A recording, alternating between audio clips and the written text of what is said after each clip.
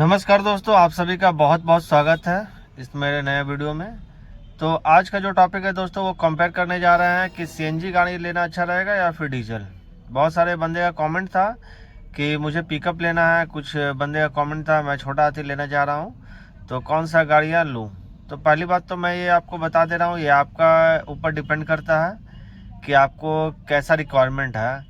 तो चलिए मैं आपको एक चीज़ क्लियर कर दे रहा हूँ कि मैं अपना ओपिनियन से कि डीजल गाड़ी अच्छा रहेगा या फिर सीएनजी, क्योंकि मैं लगभग 10 साल से गाड़ी चला रहा हूँ, तो मुझे लगभग थोड़ा सा नॉलेज इस बात का हो गया और मैं रिसर्च करके अच्छे तरीके से बता रहा हूँ। कुछ बंदे ने कमेंट किया है भैया जो ऑनर है उसका रिव्यू करके दीजिए, तो मैं आपको बता दे रहा हूँ कि जो भी आप वीडियो में देख रहे हैं ऑनर का रिव्यू, जो भी गाड़ी का दिखा रहा है कोई भी यूट्यूबर की ऑनर का रिव्यू करके कि वो सीएनजी गाड़ी लेकर के खुश है या फिर कोई डीजल गाड़ी लेकर के खुश है, तो इस पे आप पूरी तरीके से विश्वास ना करें। क्योंकि ये जो कंपनी वाले होते हैं, ये डीलरशिप वाले जो होते हैं, जो शोरूम वाले होते हैं, वो क्या करते हैं कि किसी भी बंदे को रोड से रैंडमली उठा लेते हैं और गाड़ी पे बिठा देते हैं अपने गाड़ी पे, और उनको कुछ पैसा दे देते हैं 100 200 500 रुपया, या फिर उसको कुछ नाश्ता पानी खाना सब खिला देते हैं।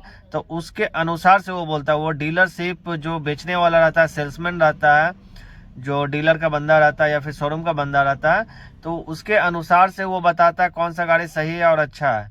इसमें से 10% लोग बंदे जो हैं वो जेन्युइन रिव्यू देते होंगे, लेकिन 95% मैं आपको बता दे रहा हूँ कि इसमें जितना भी ऑनर रिव्यू आपको दिखा रहा है कि ये गाड़ी लेकर के, चाहे डीजल गाड़ी हो, डीजल गाड़ी लेकर के ये बंदा खुश है, चाहे सीएनजी गाड़ी लेकर के ये बंदा खुश है, तो आप उस पर ट्रस्ट मत करें। वो सेल्समैन लोग का सब वो गेम रहता है, वो किसी न किसी बंदे को बैठा देते हैं रैंडमली रोड पे से उठा करके अपने गाड़ी में, कुछ उसको पैसा दे देते हैं, नाश्ता पानी कुछ खर्चा कर देते हैं, तो उसके अनुसार बोल देते हैं। तो आप सोचते हो कि ये आप कैसे बोल सकते हैं।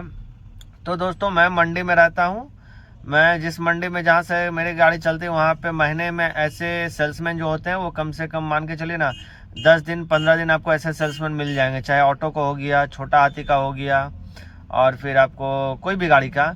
वो क्या करते हैं, आपके पास आएंगे, गाड़ी में देखेंगे आप बैठे हुए हैं, आपको कुछ नाश्ता पानी करवा देंगे या कुछ आपको पैसा दे देंगे, एक फ़ोटो खिंचवा लेंगे, एक वीडियो बनवा लेंगे, थोड़ा सा आपका ऑनरशिप रिव्यू ले लेंगे।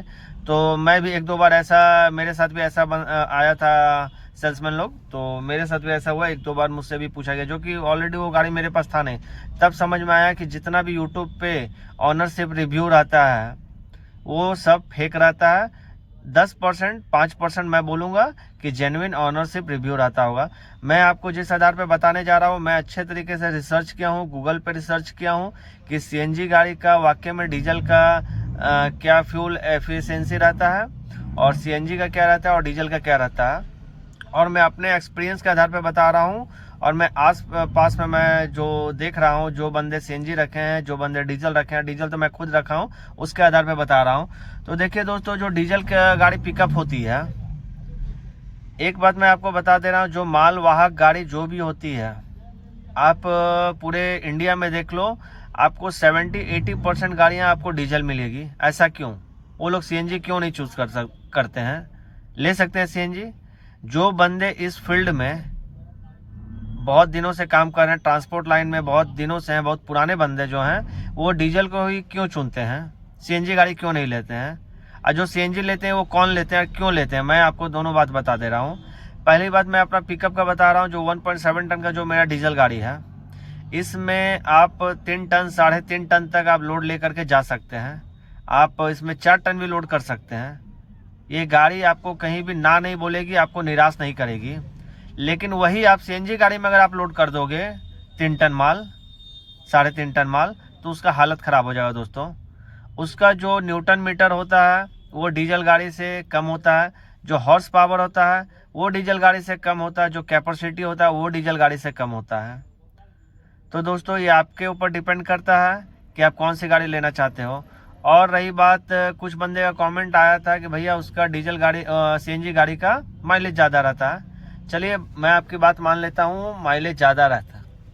कितना माइलेज ज़्यादा रहता है? जो मेरी डीजल गाड़ी है 13-14, मेरी अगर मैं खुद से चलाता हूँ तो 13-14 का माइलेज मैं निकाल लेता हूँ डीजल गाड़ी से। आप सीएनजी से कितना निकाल लोगे? 19 का, 18, 19, 20, 20 तो नहीं जाएगा, 18-19 का माइलेज आपको रहेगा। कंपनी 20 क्लेम करती है, 20 नहीं देता है, 18-19 का आपको माइलेज निकल जाएगा।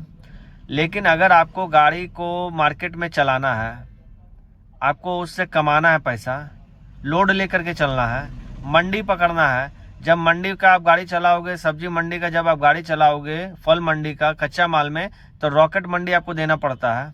वहाँ पे सीएनजी गाड़ी फेल हो जाएगी। उसका एक कैपेसिटी होता है कि 200 किलोमीटर गाड़ी चल गया, 100 किलोमीटर, 200, 300, तो गाड़ी को आपको रेस्ट देना पड़ेगा। डीजल गाड़ी को मैं कंटिन्यू 500 किलोमीटर भी चला देता हूँ तो गाड़ी कहीं से भी ना नहीं बोलती और निराश नहीं करती है। पिकअप की डीजल गाड़ी एक ऐसी गाड़ी है। तो आपको मैं अच्छे तरीके से बता दिया हूँ कि उसका जो डीजल गाड़ी का होता है, सब कुछ आपको पावर ज़्यादा मिलेगा, सीएनजी का कम मिलता है। और जो इसका न्यूटन मीटर, टॉर्क है, सब कुछ आपका डीजल का ज़्यादा मिलता है, सीएनजी का आपको कम मिलेगा। दो चीज़ आपको सीएनजी में ज़्यादा मिलेगा, एक माइलेज आपको देखने को ज़्यादा मिलेगा, रेट आपको कम मिलेगा। डीजल गाड़ियाँ से उस गाड़ी का कम से कम आपको मान के चलो 80-90 हज़ार, 1 लाख के अप्रॉक्स आपको रेट कम रहता है।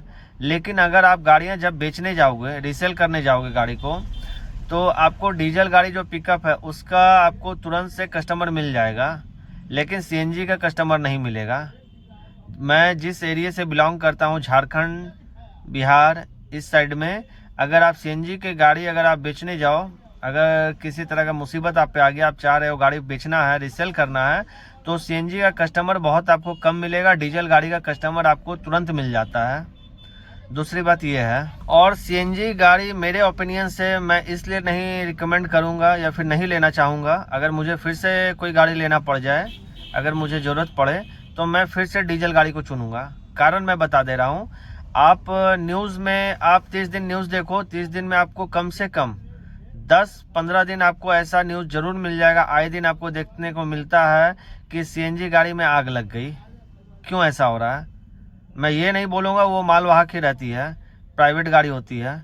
कोई भी गाड़ी आपको, सीएनजी गाड़ी हो, प्राइवेट हो, मालवाहक, आए दिन आपको 1-2 दिन में आपको न्यूज़ में ऐसा मिल ही जाएगा देखने को पूरा इंडिया में कि सीएनजी गाड़ी में आग लग गई, तो ब्लास्ट कर गया। ऐसा क्यों हो रहा है? आप डीजल गाड़ी में देख लो, आपको एक केस एक्सीडेंट होगा तो आग लगती है, ऐसे 1-2 केस भी आपको नहीं मिलेगा कि आपको डीजल गाड़ी में चलते चलते आग लग गया। सीएनजी गाड़ी में ऐसा हो रहा है। क्यों हो रहा है ऐसा? तो मैं एक ट्रांसपोर्टर हूँ जो कि बहुत दिन से अपने गाड़ी को चला रहा हूँ, और बंदे से मैं चलवाया, ड्राइवर से भी चलवाया हूँ। तो ड्राइवर भी बोलता है कि भैया आप फिर से दोबारा गाड़ी अगर लेना हो तो आप डीजल ही गाड़ी लेना, क्योंकि ये क्या होता है, मंडी पकड़ाता है। सीएनजी गाड़ी मंडी फेल हो जाती है, क्योंकि ड्राइवर लोग जब मंडी के लिए जाता है मेरी गाड़ी को लेकर के, तो बताता है भैया जो सीएनजी वाली जो गाड़ी जो लेकर के ड्राइवर आया था उसका मंडी फेल हो गया। तो पहली चीज़ ये हो गया। दूसरी चीज़, आए दिन वो ब्लास्ट होते रहता है, उसमें आग लगते रहता है। तो दूसरा सबसे बड़ा समस्या ये है। तीसरा समस्या ये है क्या, कि हम लोग के साइड में, जो साइड में मैं रहता हूँ, बिहार झारखंड साइड में, आप कहीं भी अगर गाड़ी में ट्रबल आता है, ख़राब होता है, तो सीएनजी का मैकेनिक बहुत कम मिलता है। मिलेगा, मेरे धनबाद में मिल जाएगा, लेकिन अगर मैं बिहार जाता हूँ तो बिहार में जितने भी गांव इलाका है, कुछ जितने शहरी इलाका है वहाँ पे मिल जाएगा, लेकिन गांव इलाका में सीएनजी का आपको मैकेनिक कम मिलता है। तो मेरा ओपिनियन है दोस्तों, अगर मालवाहक गाड़ी ले रहे हैं, अगर उससे कमाना है, कमाने के लिए ले रहे हैं, भविष्य में अगर उससे दाम आपको जितने में खरीदे हो, दाम का दाम आपको चाहिए वापस, तो आप डीजल गाड़ी लो, डीजल के साथ जाओ।